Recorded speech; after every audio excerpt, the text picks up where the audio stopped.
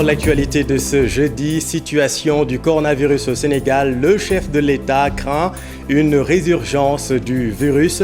Le président de la République alerte, une deuxième vague serait insupportable pour notre économie. Il appelle au respect strict des mesures barrières. La guerre n'est pas finie. 33 Covid+ sont rapportés aujourd'hui, une légère hausse depuis plusieurs jours. Mise en place de la table des infractions dans les parquets vers la simplification de l'identification des délits avec la dénomination commune.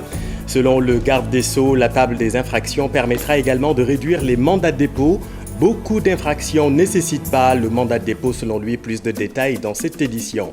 Lutte contre les feux de brousse, 900 km de pare-feu installés dans le nord. Le risque d'incendie est très élevé vu la densité du tapis herbacé favorisé par la bonne pluviométrie. Les autorités locales prennent des dispositions pour éviter le pire.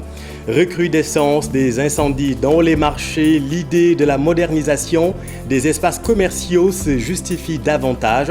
Un programme de 70 milliards a été annoncé pourtant en septembre dernier par le ministère du Commerce. Quels sont les freins à la modernisation des marchés au Sénégal? Reportage à suivre. Et puis en sport, éliminatoire Afrobasket 2021, le Sénégal a battu le Mozambique 60-53. Une deuxième victoire pour les Lions dans le groupe B. Voilà pour le sommaire, tout de suite le développement.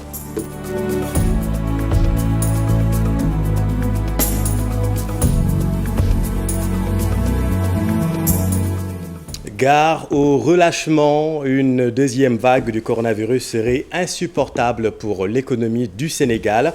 Macky Sall exhorte les populations de respecter les gestes barrières car la guerre contre la Covid-19 n'est pas terminée. Nous avons aujourd'hui 33 contaminations, alors que nous étions souvent en dessous de 10. Et il y a des cas communautaires. Ça veut dire que le virus est parmi des citoyens inconscients, qu'ils sont porteurs et qui propagent le virus. C'est le lieu d'insister encore une fois sur le respect strict des gestes barrières. La distanciation physique, on le sait, le port correct du masque, mais également le lavage régulier des mains. C'est la seule thérapie pour l'instant contre la Covid-19. Donc, encore une fois, respectons ces gestes barrières pour que nous puissions en finir pour de bon avec la Covid-19. Nous ne souhaitons pas avoir une seconde vague qui sera insupportable pour notre pays, pour notre économie. Insupportable. Donc, restons vigilants, restons conscients que la maladie est encore là. Et tant qu'elle n'est pas vaincue à travers le monde, nous serons tous donc dans la dépendance. Il y a l'espoir du vaccin. Nous discutons en ce moment avec nos partenaires, principalement du G20, des pays plus développés, sur la nécessité de partager le vaccin à travers le monde. Toute l'humanité doit pouvoir avoir accès au vaccin. Et sur les 33 Covid+ rapportés aujourd'hui, 19 sont des cas communautaires. 3 personnes développent la forme grave de la maladie. Le président de la République s'exprimait en marge de la cérémonie d'ouverture de la 2e édition du Forum du numérique ce jeudi à Diamniadio. Tout autre chose, à présent, la table des infractions, un nouveau mécanisme qui participe à la normalisation des dénominations des infractions dans le code pénal et les textes spéciaux. La dénomination commune va simplifier l'identification des délits, ce qui va désormais faciliter la collecte des statistiques. La conférence annuelle des chefs de parquet s'est tenue ce matin. Maïmouna Ndiaye et Amadou Ba. Ils sont autour d'une table et loin des juridictions. Cette fois, c'est pour passer en revue les infractions, le dispositif de collecte et de traitement de l'information judiciaire. Ces chefs de parquet travaillent à la normalisation des textes. Cette table nous permettra déjà de définir les statistiques. Parce que si on fait une normalisation des dénominations de ce qu'on appelle les infractions, tout à l'heure, il y a ce qu'on appelle l'infraction de destruction de biens appartenant à autrui. Dakar, le parquet de Dakar peut tenir l'infraction de destruction de biens appartenant. Vous allez dans un autre parquet comme un parquet de Matam ou de Tamba, quel qu'il soit, ils peuvent retenir une autre dénomination et pourtant ça s'applique au même fait, par exemple, de dommages à la propriété meuble détruit. Donc dans la gestion des statistiques, par moment, ça peut être une difficulté. Maintenant, si on a une dénomination commune, ça nous permet, bien entendu, au moment de la gestion de la collecte et la définition des statistiques, d'avoir un ensemble d'infractions avec la dénomination commune. Pour la tutelle, l'initiative est salutaire car il s'agit d'une redistribution des tâches pour plus d'efficacité. Ce qui fait que les juges d'instruction vont qualifier. Désormais, le juge d'instruction pourra qualifier une infraction au moment de l'inculpation avec ce nouveau dispositif. Le travail sera mieux coordonné et structuré. Ce dernier aura largement le temps de décider si le prévenu aura un bracelet électronique ou un mandat de dépôt. Autre chose, pour bénéficier d'une liberté provisoire, toutes ces questions vont entrer en jeu.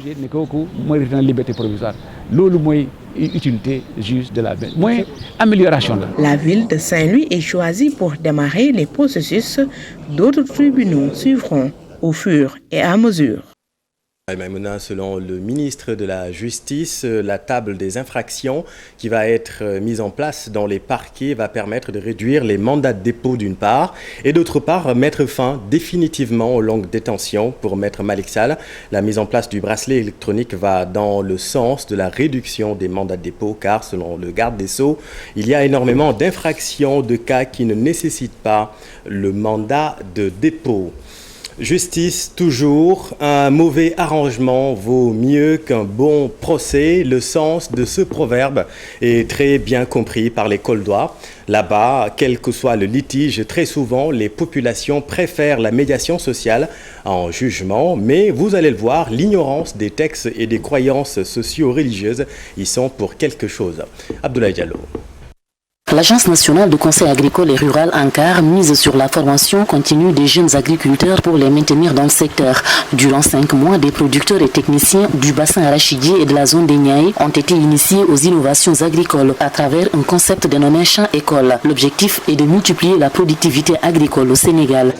Et toutes nos excuses, ce n'était pas le bon élément. Nous vous parlions de la médiation sociale à Kolda. Les populations préfèrent la médiation sociale en jugement, mais l'ignorance des textes et certaines croyances socio-religieuses y sont pour quelque chose. Regardons ce reportage de Abdoulaye Diallo. Nous l'aurons dans nos prochaines éditions. Venons-en à la restitution de l'étude sur la Convention de l'Union africaine de prévention et de lutte contre la corruption au Sénégal. L'étude pointe la faiblesse de certaines lois, telles que celle portant sur la déclaration de patrimoine, l'accès à l'information financière et le financement des partis politiques. Suivant là-dessus, le coordonnateur du Forum civil, Birahim Seck, qui a présidé l'atelier de restitution. De non-conformité qui sont constatées également dans ce rapport-là. Par exemple, au Sénégal, on n'a pas encore une loi sur l'accès à l'information, bien qu'on a entendu tout récemment, et on l'encourage, le secrétaire d'État aux droits humains, dire que le Sénégal est en train de travailler pour faire adopter en Conseil des ministres une loi sur l'accès à l'information. On encourage le gouvernement dans ce sens-là. Mais également, on s'est rendu compte que sur le financement des partis politiques, on n'a pas encore une loi sur le financement des partis politiques, ce que demande la Convention de l'Union africaine, qui a été ratifiée par le Sénégal. Mais il y a également certaines dispositions qui sont transposées au Sénégal, mais qui contiennent un certain nombre d'insuffisances ou bien de faiblesses. Par exemple, c'est la loi sur la déclaration de patrimoine. On a constaté qu'il y a des faiblesses de cette loi sur la déclaration de patrimoine. Mais fondamentalement, de façon globale, le Sénégal a un problème d'application de textes. Et puis, saisie d'automates de tickets dans les transports en commun, il s'agit d'une exécution, d'une décision de justice sur la concurrence déloyale en faveur de la société Transpay. Et selon les responsables de cette société, des acteurs du transport s'opposent à cette décision. Suivons là-dessus Moustapha Ndiaye, patron de la boîte avec notre équipe dans la banlieue de Dakar. Je n'ai pas de problème avec l'État puisque c'est l'État qui me subventionne. J'ai traduit en justice les gens qui faisaient de la contrefaçon et j'ai amené mon brevet au CETUD et je les ai tout expliqué. Ce qu'il y a, c'est qu'ils m'ont mis en mal avec les transporteurs. Ces transporteurs avec qui je travaille depuis 2007. J'ai plus de 1400 véhicules, une géolocalisation professionnelle. Si je ne donne pas des statistiques au CETUD, ils ne pourront pas l'avoir ailleurs. Mais jusqu'à présent, ils ne me reconnaissent pas. Je n'ai que des contrats individuels avec les vieux et CETUD me doit plus de 80 millions. Et ce que vous ne savez pas, ce sont les fonds que j'ai gagnés à travers les marchés de l'État que j'investis dans le transport. Et puis cette information qui donne le tournis, incinération de, tenez-vous bien, de plus de 3 tonnes de chanvre indien à Kaolack hier par la douane. La quantité a battu le record de l'année dernière et selon le colonel Naifa Tundiaï, les saisies les plus significatives ont été faites à Karang, à la frontière gambienne. Nous l'écoutons avec Aminata Goudiaby. L'année dernière, on avait incinéré 2 tonnes et quelques de chanvre indien. Cette année, on a incinéré 3 tonnes 200. Donc, on a une tendance haussière par rapport au chanvre indien. Pour les médicaments, quand même, il y a eu une tendance à la baisse. Donc, ça prouve encore une fois que le trafic, c'est un fléau qui est là. On se tue à la tâche, on est tout le temps sur le terrain pour le juguler, mais les gens recommencent encore. Donc, c'est le moment encore de sensibiliser vraiment tout le monde par rapport à ce point-là. C'est des saisies qui se font un peu partout dans la région, hein, mais spécifiquement, il y a des zones quand même qui se sont beaucoup illustrées. Les zones qui sont à la frontière, notamment Karang, mais aussi les îles. Mais essentiellement aussi la brigade maritime de Toubacouta et la brigade maritime de Foundiougne. Il y a aussi une partie qui est saisie par les brigades mobiles, notamment Gossas par exemple, qui est une brigade Carrefour. Donc ça prouve que c'est des produits qui viennent de la frontière, parfois qui viennent de l'étranger, mais parfois aussi sur le chanvre indien, il y a une partie qui vient même du territoire sénégalais. Retour à Dakar, l'actualité c'est aussi ce sit-in des retraités devant l'agence IPRES, l'organisation qui regroupe les retraités du Sénégal demande le départ du président du conseil d'administration de l'IPRES. Selon ses seniors, la boîte est mal gérée. Écoutons Bassirou Ndao, il est le secrétaire général, section Sénégal, Union des retraités du Sénégal avec Aminata Mbarisso. C'est-à-dire que la situation actuelle des retraités, c'est le fait qu'ils sont mal gérés. Les retraités sont mal gérés, il n'y a pas de conservation à leur égard. Et puis, il y a un boss qui est là, qui fait ce qu'il veut de l'institution depuis qu'il a été élu pour une deuxième fois ou bien une troisième fois. Il a mélangé le système de gestion. Oui. Au lieu de gérer correctement l'institution, il en a fait son patrimoine. Mais la mensualité, il n'avait pas divisé la pension bimestrielle par 2, ça ne se fait pas. Oui, il avait fait une règle de 3 pour déterminer avec la pension bimestrielle un montant annuel. S'il trouve le montant annuel, il divise par 12 pour trouver la pension mensuelle. Et maintenant, il faut ajouter les charges de famille. Au chapitre de la sensibilisation contre l'émigration clandestine, à Thiès, d'éminents professeurs d'université et des directeurs d'écoles de formation professionnelle sensibilisent des élèves et étudiants sur les dangers du phénomène. Selon ces professeurs, rester au pays et réussir est bien possible. L'entrepreneuriat, l'agriculture, l'élevage, le développement durable sont des créneaux porteurs selon ces professeurs et enseignants. Reportage Cheikh Anta Diop et Seylati.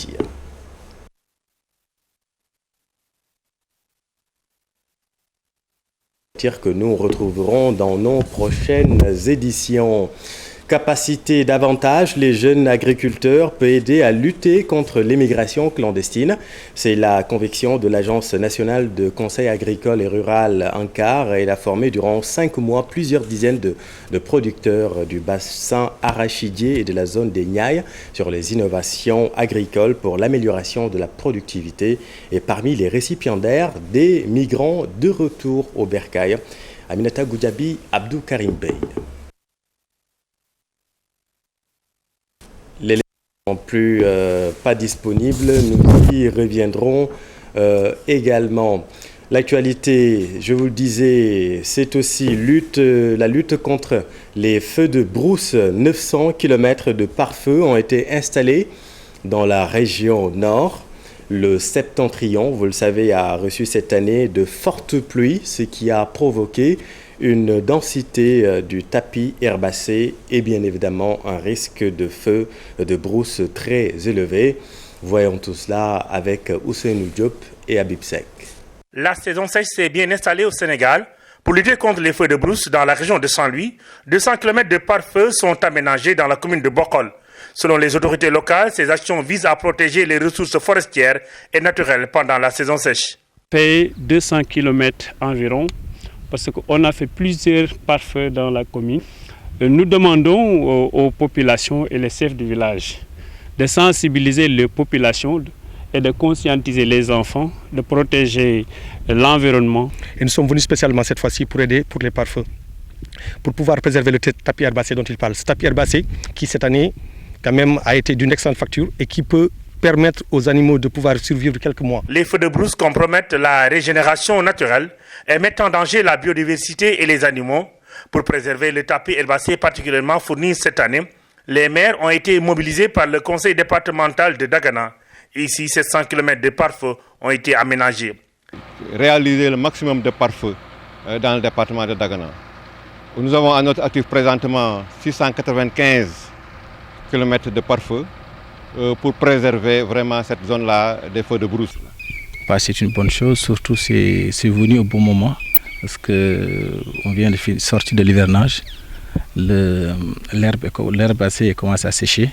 Donc réfectionner les pare-feux, c'est quelque chose qui est venu à son heure. Ça permet... Dans le département de Dagana, déjà 900 km de pare-feu ont été aménagés par des autorités locales, le concert avec les services des eaux et forêts. Ces actions visent à protéger plus d'1 million d'animaux sauvages et domestiques dans ces localités. Merci Ousseynou. Recrudescence des incendies dans les marchés cette fois. Et si on accélérait le programme de modernisation des marchés, moderniser les espaces commerciaux et les marchés se justifie davantage aujourd'hui. Rappelons-le qu'un programme a été lancé récemment, 70 milliards pour faire des marchés un vrai levier de commerce, avait déclaré la ministre du Commerce. La modernisation pourra permettre de mieux lutter contre les incendies et permettre au passage de faire face à l'écrasante concurrence des grandes surfaces. Reportage Fat Bintou Conté et Gervais Yao.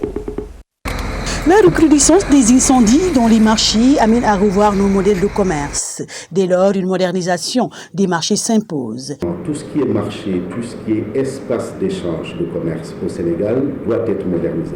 Parce que le marché, au-delà de sa vocation de rencontre, d'échange, c'est aussi un cadre de vie. L'idéal serait que tous les marchés, à tous les échelons, au niveau régional, au niveau départemental, au niveau des communes, au niveau local, au niveau des quartiers, et même les boutiques, y compris également les boutiques, devront être modernisées. L'enjeu aujourd'hui, c'est simplement de remettre à niveau le commerce du Sénégal. Seulement le hic est que les acteurs sont réticents à cette modernisation de leur espace de commerce, dira le maire de Dieuppeul-Derklé, qui s'indigne de l'état des marchés dans ce pays.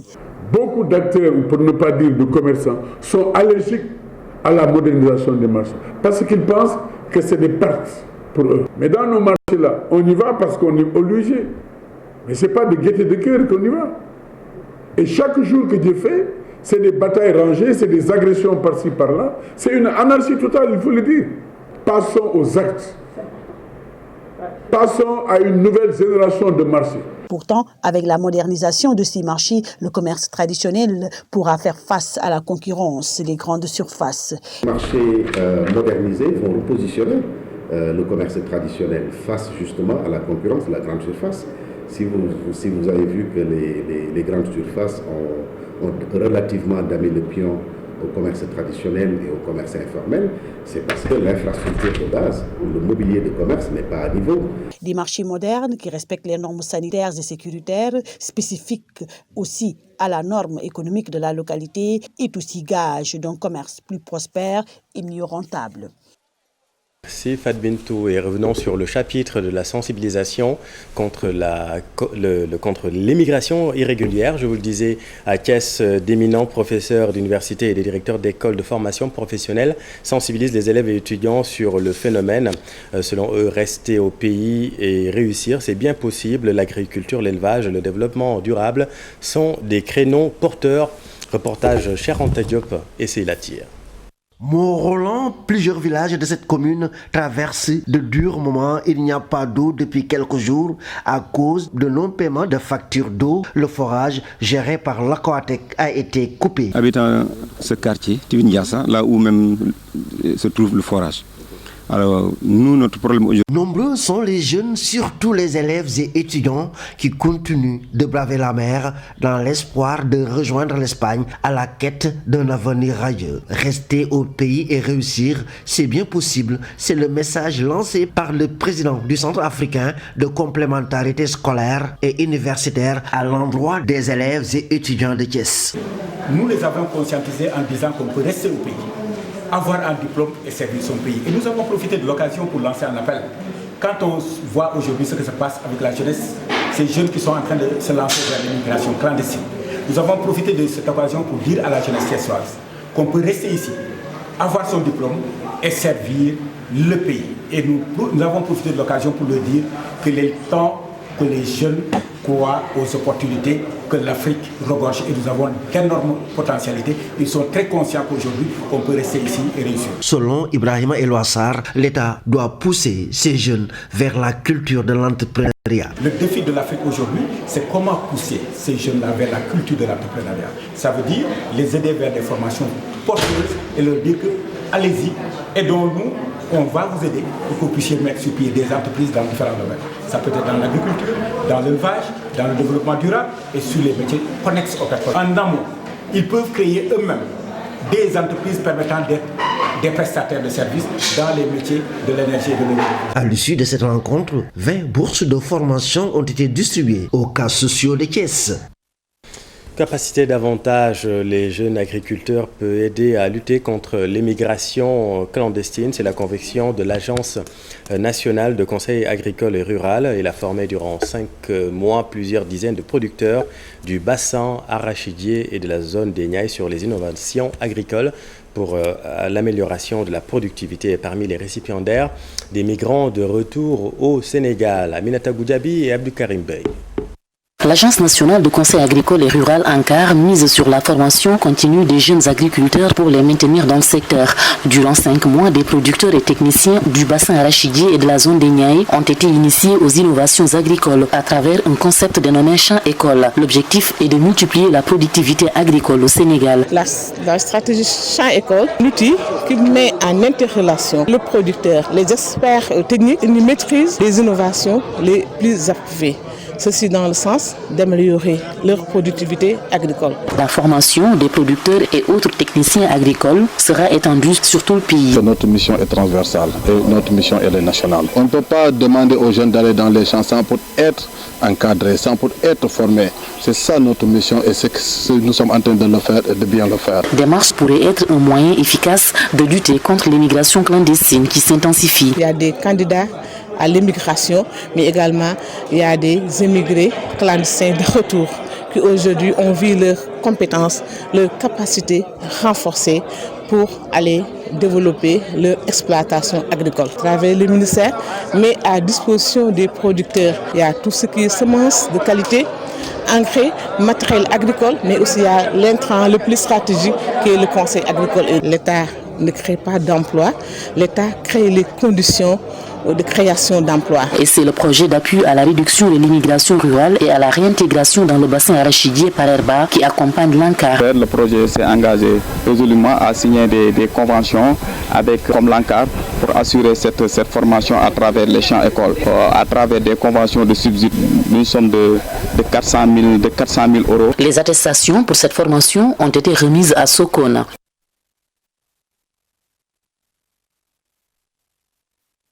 24 ans a gagné la première édition du Grand Prix du président de la République pour l'innovation numérique. Élève ingénieur en système réseau télécom, Mohamed Lamine Kébé a remporté le trophée grâce à sa start-up dénommée Tolbi. Il s'agit d'un projet e-agriculture utilisant l'Internet des objets, l'intelligence artificielle des capteurs électroniques et des images satellitaires pour une gestion intelligente et parcimonieuse de l'eau, un contrôle et un suivi de la santé des plantes. Ce prix, institué pour stimuler la créativité et l'innovation technologique, est également assorti d'une enveloppe de 20 millions de francs CFA.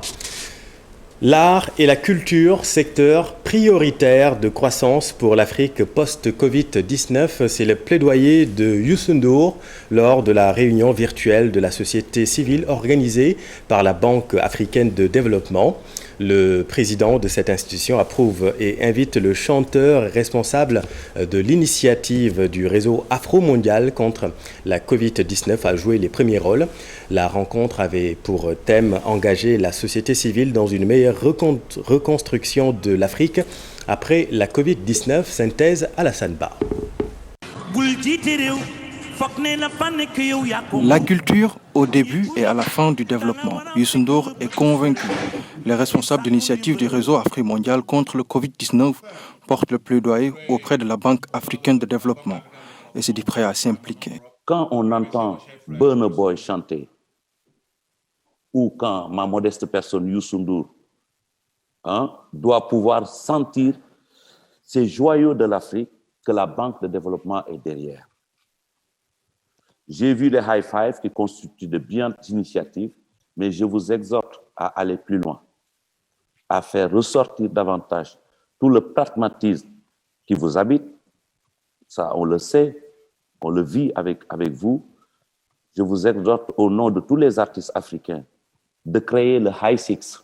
Le High Six incluant l'art et la culture comme secteur prioritaire de croissance pour l'Afrique. Une invite à l'endroit du président de la BAD, Akinwumi Adesina. Je voudrais vous demander que vous prenez le leadership pour créer les chansons pour les high five en Afrique et qu'on va utiliser au niveau national, au niveau de la communauté, pour faire la même chose comme Michael Jackson et les autres qui sont faits. Parce que, merci beaucoup, parce que c'est très important, mon cher frère, parce que il y avait une analyse indépendante qui a été faite par le PNUD. Et cette analyse indépendante a montré que si nous avons les résultats de high five en Afrique, on aura déjà le succès pour 90% de ODD. C'est ça. Et aussi 90% de Agenda 2063. Donc, ça veut dire que les high five à la banque, ce sont les choses qui vont nous permettre d'avoir les succès. Donc, il faut, avec la culture, avec la chanson, avec la motivation, avec nos jeunes, il faut qu'on le prenne comme pour nous.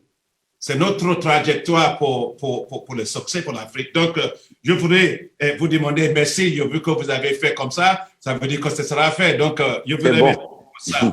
Cette réunion est la 3e depuis le début de la pandémie de Covid-19.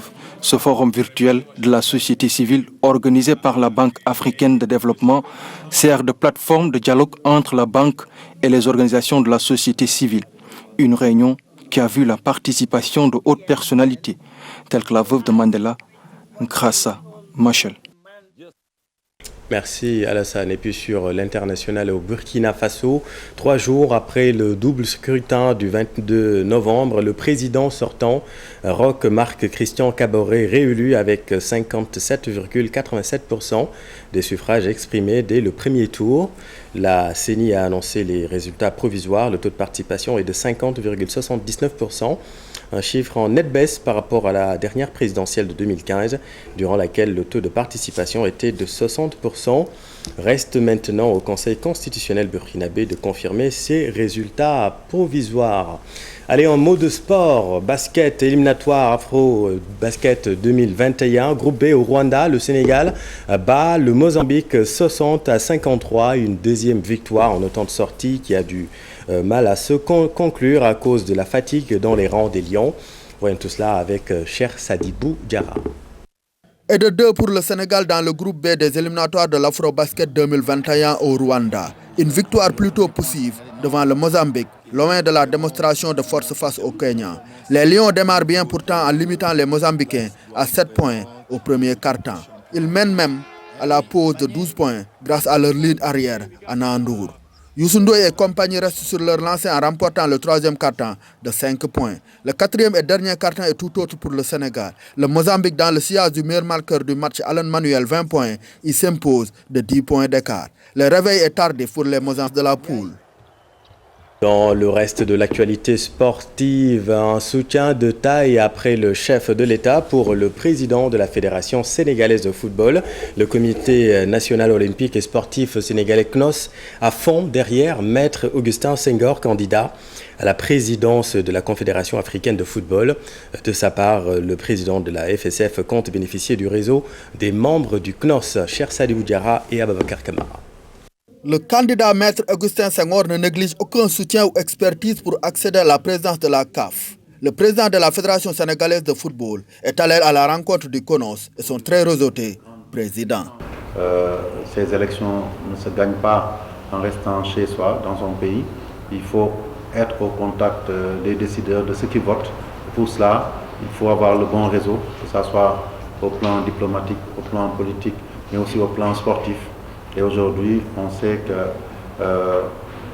le CNOS et son président ont ce réseau-là. On a nos grandes lignes, nous sommes en train d'y travailler, mais certainement, ils pourront nous donner certains tuyaux, certaines informations qui nous permettront non seulement de pouvoir gagner cette élection, mais une chose est de gagner une élection, une autre chose est d'atteindre les objectifs pour lesquels on a été élu. Et là aussi, on les attendra pour qu'ils puissent nous aider à réussir notre partition, pour hisser enfin la CAF, le football africain.